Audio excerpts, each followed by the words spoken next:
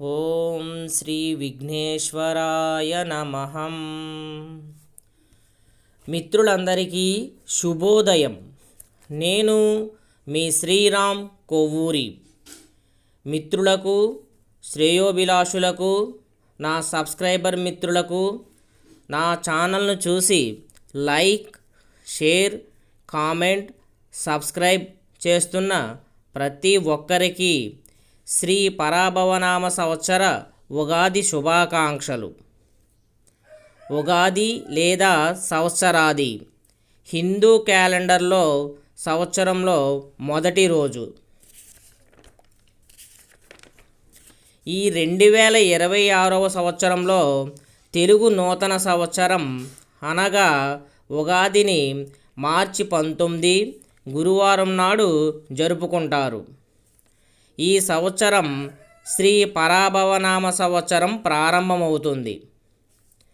చైత్రశుద్ధ పాడ్యమి నాడు ఉదయాన్నే స్నానాలు ఆచరించి ఉగాది పచ్చడిని దేవుడికి నైవేద్యంగా సమర్పించి పంచాంగ శ్రవణం వినడం ఈ పండుగ ప్రత్యేకత. ఉగాది ప్రకృతి పండుగ. వసంత ఋతువు వచ్చిందని తెలియచేసే పండుగ ఉగాది. ఉగాది నాటికి చుట్టుపక్కన ఏ చెట్టును చూసినా లేత ఆకులతో పచ్చగా కనువిందు చేస్తుంటుంది. ఆ సంతోషం కోయల పాటల్లో, నెమలి నాట్యాల్లో కనిపిస్తుంది. బ్రహ్మదేవుడు సృష్టిని మొదలుపెట్టిన రోజే ఉగాదని అంటారు.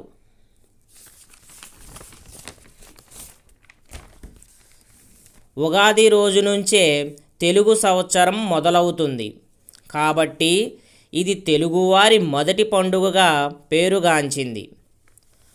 ఉగాది పచ్చడి మరియు వంటలు ఇష్టమైన దేవునికి నైవేద్యంగా పెట్టి కొత్త సంవత్సరం అంతా శుభం కలగాలని కోరుకుంటారు.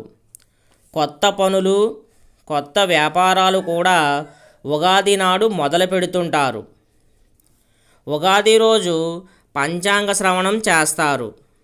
ఈ పంచాంగ శ్రవణం వినడం పట్ల ఈ సంవత్సరంలో జరగబోయే మంచి చెడులతో పాటు పరిణామాలు తెలుసుకుంటారు. కలియుగంలో నక్షత్ర ఫలితాలతో పాటు రాశి ఫలాలు, ఆదాయ వ్యయాలు, రాజపూజ్య అవమానాలు తెలుసుకుంటారు. ఇది జాగ్రత్తగా నడుచుకోవడానికి ఉపయోగపడుతుంది. అలాగే ఉగాది రోజు కవులు ప్రత్యేకంగా కవి సమ్మేళనం నిర్వహిస్తారు.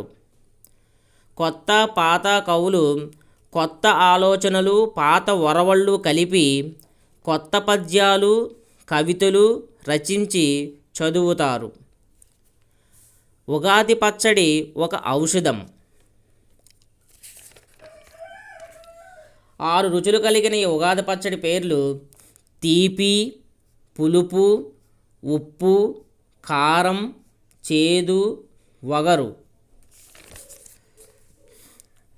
ఈ ఉగాది పచ్చడి కోసం చెరుకు, అరటిపళ్ళు, మామిడికాయలు, వేప పువ్వు, చింతపండు, జామకాయలు, బెల్లం, జీలకర్ర, మిరపకాయ వంటివి వాడుతూ ఉంటారు.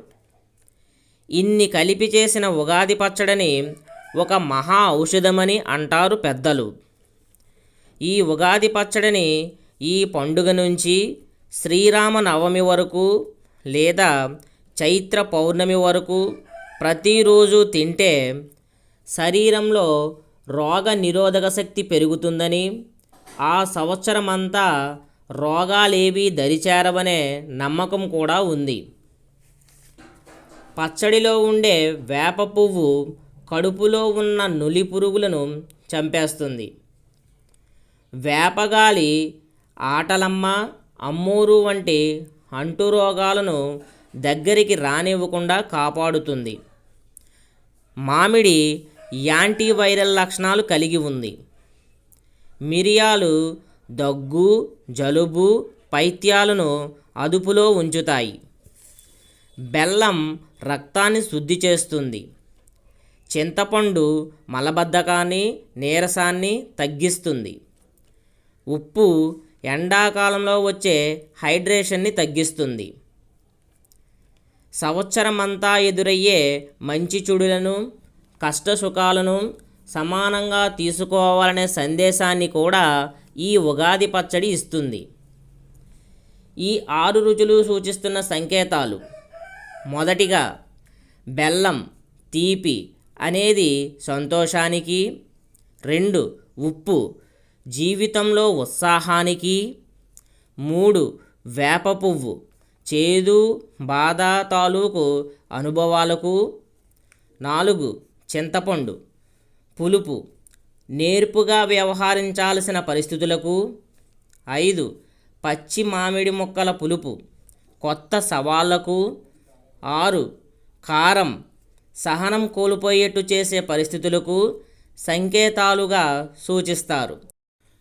మిత్రులందరూ ఈ ఉగాది శుభ సమయాన ఈ ఉగాది పచ్చడిని ప్రసాదముగా స్వీకరించండి. ఈ 6 రుచులు కలిగిన ఉగాది పచ్చడి తినడం వలన సంవత్సరమంతా ఈ 6 రుచులు మన అందరికీ సమకూరాలని ఆ భగవంతుడిని కోరి ప్రార్థిద్దాం ఫ్రెండ్స్. మరొక్కసారి మిత్రులకు, శ్రేయోభిలాషులకు, నా సబ్స్క్రైబర్ మిత్రులకు నా ఛానల్ను చూసి లైక్, షేర్, కామెంట్, సబ్స్క్రైబ్ చేస్తున్న ప్రతి ఒక్కరికి శ్రీ పరాభవనామ సంవత్సర ఉగాది శుభాకాంక్షలు. ఈ ఉగాది నుంచి మీకు, మీ కుటుంబ సభ్యులకు అష్ట ఐశ్వర్యములు, ఆయురారోగ్యములు, ఆనందం, సంతోషం కలగాలని నేను పూజించే ఆ పార్వతీ పరమేశ్వరులను కోరి ప్రార్థిస్తున్నాను ఫ్రెండ్స్. Thank you friends. అందరికీ శ్రీ పరాభవనామ సంవత్సర ఉగాది శుభాకాంక్షలు.